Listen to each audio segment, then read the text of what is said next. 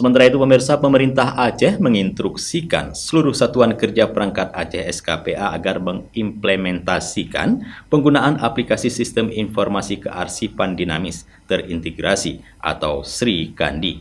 Demikian disampaikan Asisten Administrasi Umum Seda Aceh Iskandar saat meluncurkan aplikasi Sri Kandi di Dinas Perpustakaan dan Kearsipan Provinsi Aceh. Tahun 2024 merupakan batas waktu seluruh pemerintah di tingkat pusat dan daerah wajib menggunakan aplikasi Sri Kandi sebagai wujud digitalisasi pelayanan.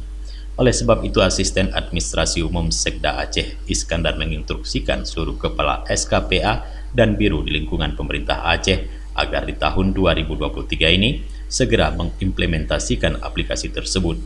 Begitu juga pemerintah kabupaten kota. Menurut Iskandar, hal ini sebagai tindak lanjut dari amanat Presiden Joko Widodo yang meminta kepada kepala daerah untuk menyukseskan program digitalisasi daerah.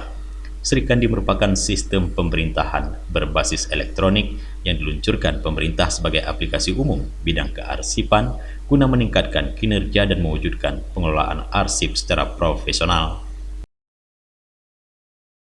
Dari Banda Aceh, Tim Liputan Aceh TV melaporkan.